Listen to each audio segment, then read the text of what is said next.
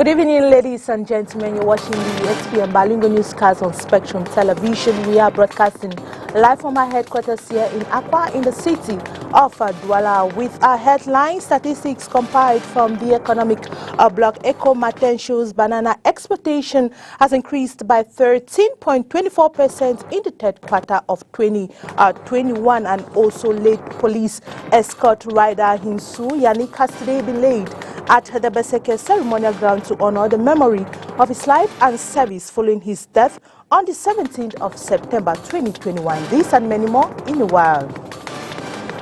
Thanks for joining us once more on another edition of the 8 p.m. Bilingual Newscast on Spectrum Television. We'll begin in the French language with you, Oriane. Bonsoir. Bonsoir Catherine Koné. Mesdames et messieurs, bonsoir et bienvenue au journal. Lutte contre les faux médicaments, le gouvernement poursuit la chasse aux sorcières. À l'occasion de la journée mondiale consacrée à la lutte contre ce fléau, le ministre de la Santé publique a donné un point de presse ce jour à Yaoundé. On fait le point avec vous, Mireille Sabzi.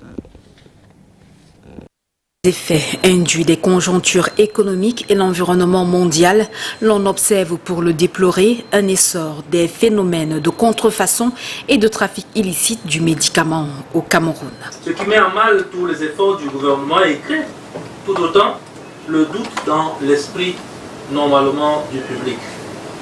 Les faux médicaments désignent les médicaments de qualité inférieure et falsifiés tel qu'adopté par l'Organisation mondiale de la santé le 29 mai 2017 lors de la 72e Assemblée mondiale de la santé. Sont inclus les médicaments et autres produits médicaux sans autorisation de mise sur le marché ou sans homologation, ainsi que tout produit médical hors du circuit légal. Le constat est que le produit destiné à sauver, à guérir, à soulager est aujourd'hui présenté comme un réel danger. Mais le grand malheur est que ces pseudo-médicaments tuent en masse, compromettent l'efficacité des médicaments de qualité et ciblent sans pitié les plus pauvres. Le fléau des faux médicaments est l'un des défis majeurs de notre génération, toutes nations confondues, parce qu'à terme, si rien n'est fait, les maladies mal soignées, du fait de l'utilisation des médicaments sous-dosés, sans principe actif ou contenant de faux principes actifs, et les germes non combattus dans les milieux pauvres ne manqueront pas de se propager dans le monde entier. Il y a donc un impératif à trouver les voies et moyens pour un meilleur accès aux médicaments dans notre pays. And now, statistics compiled from the economic bloc Eco Maten shows banana exportation increased by 13.24% in the third quarter of 2021. 45.581 tons were exported in September, as opposed to the 40.250 tons exported in August. Details with Oni Ladenet. Banana exportation in Cameroon has experienced a 13.24% increase in the third quarter of the year 2021. Statistics of the three main operators combined shows a total of 45,581 tons were exported in September, as opposed to the 40,250 tons exported the previous year. The three operators, that is, the Penja Plantation, the Cameroon Development Corporation, and the Bo Plantation, respectively exported 17,597 tons, 1,580 tons, and 1,294 tons of banana at the end of September 2021. Compared to August, when the country only exported 12,651 tons. Here, we observe an increase of 7,820 tons in absolute value and 61% in relative value. On an annual basis, there is an increase of 2,532 tons as opposed to the 17,000 tons exported in 2020. Banana is the second source of foreign exchange in Cameroon. In this light, the country intends to increase its production to 500,000 tons by 2030. Route de Babadjou-Bamenda, suite à l'annonce faite par le Premier ministre la semaine dernière à Bamenda au sujet de cette section de la nationale numéro 6, le ministre des Travaux publics a accordé une audience au directeur des opérations de la Banque mondiale au Cameroun. Retour sur les enjeux des échanges entre les deux hommes dans cet élément. Réhabilitation de l'ex-Babadjou-Bamenda sur la nationale numéro 6. Après l'annonce de reprise des travaux par le Premier ministre alors qu'il était en visite de travail dans la région du Nord-Ouest, le ministre des Travaux publics vient de s'entretenir avec le directeur des opérations de la Banque mondiale au sujet d'une possible reprise des travaux sur cet axe routier afin de parvenir à sa finalisation. On se souvient qu'avant cette rencontre, le ministre des Travaux publics avait déjà soumis à l'Institution mondiale des propositions sur la gestion des risques, car c'est à force d'attaques répétées sur ses employés que l'entreprise adjudicataire du marché, Sogea Satcom, décide en 2017 de se démobiliser sur ce terrain. Elle avait alors perdu 2 de ses employés, tués dans ce sillage et vu détruire son matériel. La crise sécuritaire ayant empêché le bitumage de ce tronçon long de 52 km par Sogea, les autorités camerounaises ont procédé à la rétribution du marché aux entreprises locales. Afin d'aller plus vite, fera savoir Emmanuel Ngannou-Djoumissi, le chantier a été segmenté en 4 lots distincts. Sauf que jusqu'ici, seulement 3 entreprises sont pressenties. Selon le MINTP, le choix de ces entreprises a pris en compte leur ancrage sociologique dans la région, ceci afin qu'elles puissent exécuter les travaux sans grande difficulté. En attendant l'approbation formelle de cette stratégie centrée sur la mobilisation des entreprises locales, les populations doivent débourser environ 2000 francs CFA en transport pour traverser cette route. Qui plus est, la saison pluvieuse n'a rien arrangé à son piteux état. À côté, on enregistre encore quelques plaintes de populations liées à la démolition de leur habitation. Un élément à prendre en compte et qui, le 23 mars 2021, avait motivé la décision du directeur des opérations de la Banque mondiale à signifier au Cameroun la suspension des discussions suite à la réception d'une plainte formulée par le Conseil de 9 victimes de démolition de leur propriété. On rappelle, c'est en 2016 que le Conseil d'administration de la Banque mondiale approuve la construction de cette route pour un montant de 113 milliards de francs CFA et les travaux seront immédiatement lancés dès 2017. Quand on sait que les 2 régions, le Nord-Ouest et l'Ouest, que se propose de relier cet axe sont des zones à fort potentiel agricole et commercial, le parachèvement de ce chantier, dont le taux d'exécution global des travaux était de 38% en février dernier, viendra booster grandement les économies des 2 régions. La justice suisse rejette la plainte de l'activiste camerounais Patrice Nganon. Ce dernier poursuivait Samuel Vondo Ayolo après le passage du président de la République en Suisse. Selon lui, des photos non autorisées avaient été prises par les services de sécurité camerounais en complicité avec les agents de l'hôtel où la scène s'est déroulée. Mission multidimensionnelle intégrée des Nations Unies pour la stabilisation en Centrafrique. Le ministre de la Défense a procédé hier 12 octobre 2021 à la cérémonie de restitution de l'étendard du 7e contingent camerounais de la MINUSCA. Mireille Chabzé. 1 minute de silence pour les soldats et gendarmes morts sur le champ de bataille pour l'amour de la patrie et la paix au Cameroun lors des opérations internes et externes.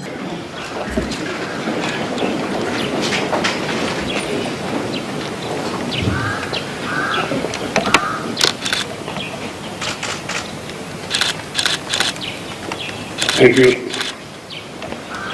C'est le ton donné par le ministre délégué à la présidence en charge de la défense au cours de cette cérémonie de restitution de l'étendard du 7e contingent camerounais de retour de la mission multidimensionnelle des Nations Unies pour la stabilisation de la Centrafrique. Mesdames, Messieurs les casques bleus camerounais de retour de la MINUSCA, je vous adresse les plus vives et chaleureuses félicitations.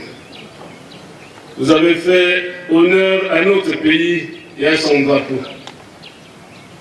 le chef de l'État et chef des forces armées, son Excellence M. Paul Biya, ici de manière particulière la participation de nos forces au sein de la MINUSCA, avait mis d'importants moyens à votre disposition pour améliorer vos conditions de vie et de travail et vous permettre de réaliser, d'effectuer votre mission avec efficacité.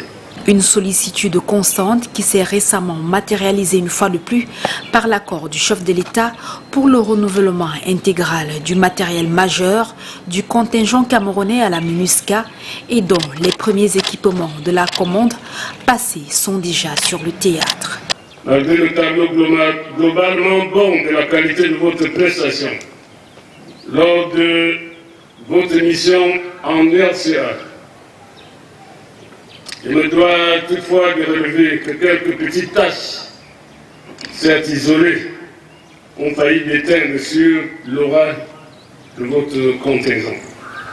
Quelques récriminations ont en effet légèrement écorné l'image du Cameroun auprès des Nations Unies, ce qui a amené le haut commandement à remplacer illico presso l'officier logistique du bataillon camerounais et les éléments impliqués dans divers petits et honteux trafics. Faut rappeler que ces cas ont été sanctionnés au risque d'indisposer le gros du bataillon dont le comportement d'ensemble a été exemplaire. Notons que ce 7e contingent, lors de son départ pour la RCA en 2020, était constitué de 1150 personnes, dont 750 militaires et 280 gendarmes. Lutte contre la faim au Cameroun, la société civile s'engage aux côtés des populations, mais également de l'État. L'idée est de pouvoir mettre sur pied des voies et moyens pour reculer l'insécurité alimentaire et le sous-développement. Mireille Chati. Manger sans détruire l'environnement, c'est une approche économique très importante. C'est du moins ce que font savoir les acteurs de la société civile. Cette journée est très importante parce que ça nous dit qu'il faut, même en mangeant ce qu'on mange, il faut faire très attention de notre environnement. On peut bien manger sans avoir un effet dévastateur sur notre environnement. La journée mondiale de l'alimentation sera célébrée le 16 octobre prochain. La fondation Jiaoben, dans le cadre de la lutte contre la malnutrition au Cameroun, s'engage. Le gouvernement a mis en place une plateforme multisectorielle et multi-acteurs pour adresser toutes les problématiques liées à la lutte contre la malnutrition. L'objectif étant ici de mettre à disposition des populations camerounaises des aliments sains, variés et équilibrés. Lutte contre la faim, les artistes aussi mettent la main à la pâte. Bendeka n'a pas hésité à rejoindre la cause. Je pense qu'à partir du moment où on m'écoute parfois quand je chante, il est normal que je puisse éventuellement dresser mes doléances à qui de droit pour que tout aille pour le mieux. J'estime simplement que tout citoyen digne de ce nom a pour mission de protéger la nation. Donc je ferai ce qu'il faut à mon niveau et à eux de faire ce qui est à leur niveau. L'extrême nord, le nord-ouest, le sud-ouest, l'est sont des zones à protéger contre l'insécurité alimentaire. En février 2021, un feu de brousse brûle près de 100 hectares de cacao et d'autres spéculations dans les arrondissements de Mengon et Ngulmakong. C'est dans la région du Sud. Le ministre délégué auprès du ministre de l'Agriculture et du Développement rural a récemment présidé une cérémonie de remise aux agriculteurs sinistrés du matériel et des intrants agricoles. Inès Pang. En février dernier, plus de 100 hectares de cacao et d'autres spéculations sont entièrement brûlés par un feu de brousse dans les arrondissements de Mengo et Ngoulomakong dans le département de l'Anvila. 7 mois après la tragédie, suite à de multiples plaintes des agriculteurs sinistrés, arrive le reconfort du gouvernement. C'est un don de matériel et d'intrants agricoles. On ne peut pas satisfaire tout le monde, mais c'est vraiment pour vous montrer que le gouvernement a été sensible à ce qui vous est arrivé. Parce qu'on n'a pas un budget quelque part que s'il y a des feux de brousse qu'on réalise. Mais c'est vraiment les efforts conjugués de tout le gouvernement pour vous montrer qu'on a été sensible Mais vous êtes vraiment vous-même les acteurs de la reconstitution des parcelles. Une intervention récente, diversement appréciée par les agriculteurs sinistrés. D'une part, ceux qui remercient le chef de l'État, et ce, par la voix du représentant des victimes. Nous voulons vous confier une mission, c'est de transmettre nos remerciements au président de la République, son Excellence Paul Biya, pour ce geste de plus qui justifie le doigté avec lequel il conduit le développement du Cameroun et le bien-être de ses populations. Et d'autre part, ceux qui ne cachent pas leur mécontentement face à ce qu'ils qualifient de farce et souhaitent recevoir par conséquent un meilleur soutien. Nous ne sommes pas contents. Nous ne sommes pas contents qu'on nous donne l'argent en main pour aller payer la scolarité des enfants. Je prie au chef d'État de revoir ça. Nous pleurons au sud, on est derrière. Parce que tout ce qui se passe, quand les éléphants passent au nord dans les champs des milles, on envoie des 100 millions d'autres. Mais chez nous, c'est une brouette avec le pouce. Je veux faire quoi avec ça?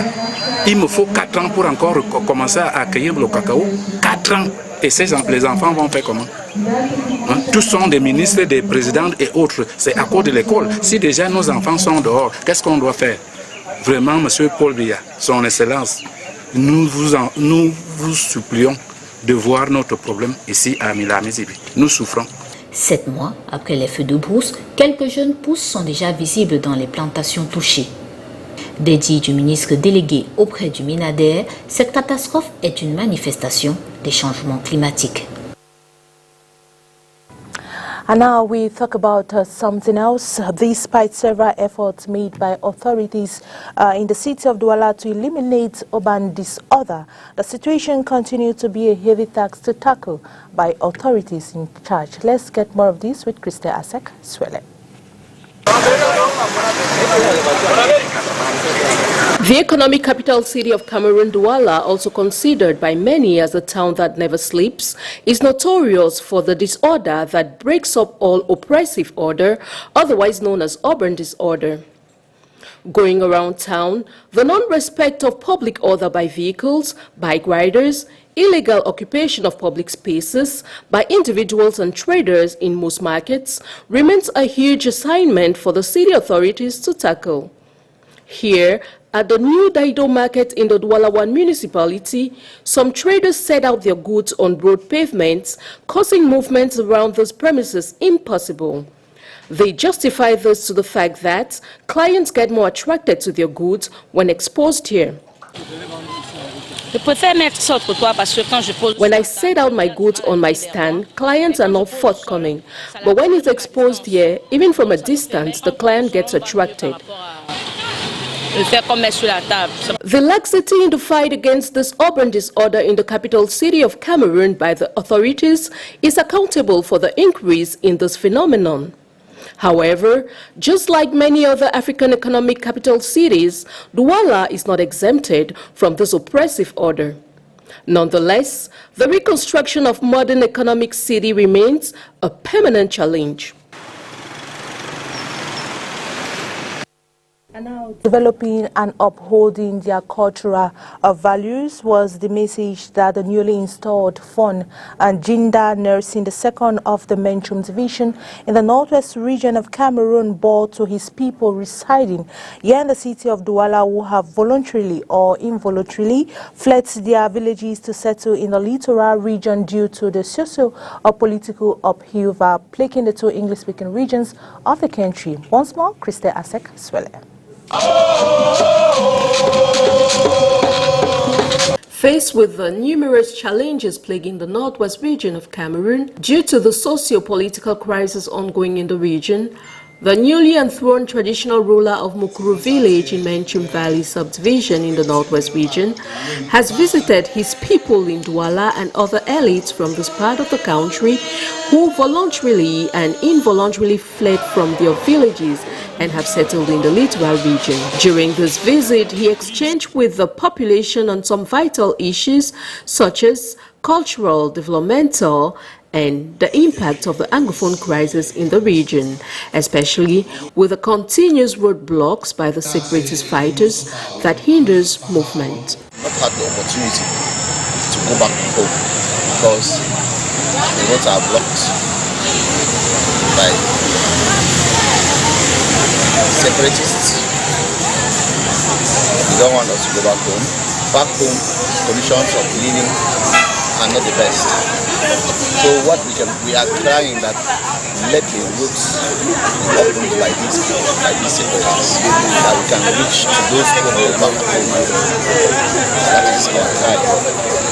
And then for schools, we have started with schools, but it is not really effective because of fear and trauma, fear of the unknown.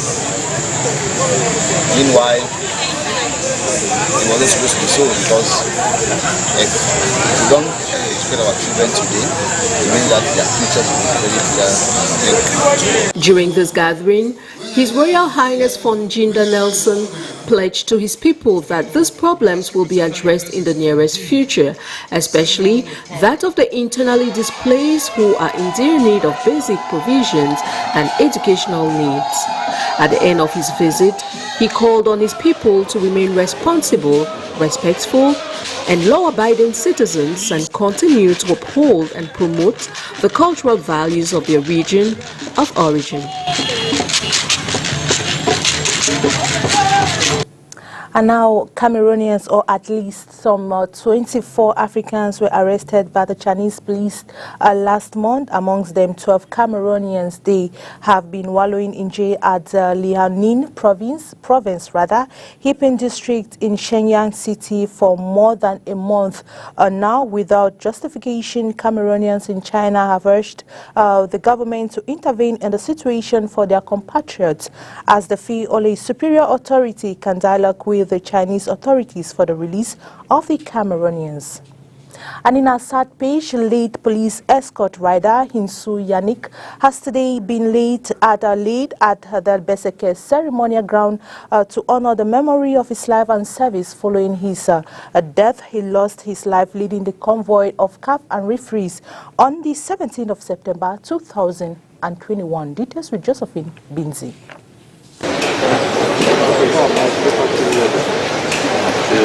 With the wounds of his death still fresh in the memory of his young wife and relatives, the Beseke ceremonial ground is one of the last spots where Yannick Hinsu has been laid to commemorate his life, for burial to follow suit.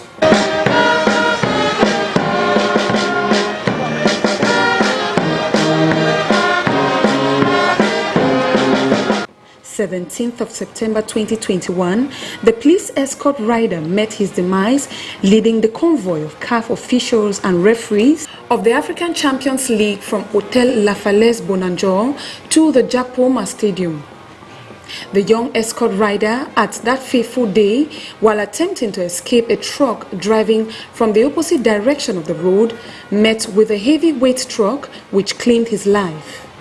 His bike has today been displayed during the obituary, as he died in active service. In the presence of the governor of the Littoral Region, Samuel Dieudonné Vahadiboa, and other police officials, Raymond Esogo, presiding over today's ceremony while representing the delegate for national security, describes him as optimistic, jovial and enthusiastic, while encouraging his family to gather the broken pieces of life as they face the future.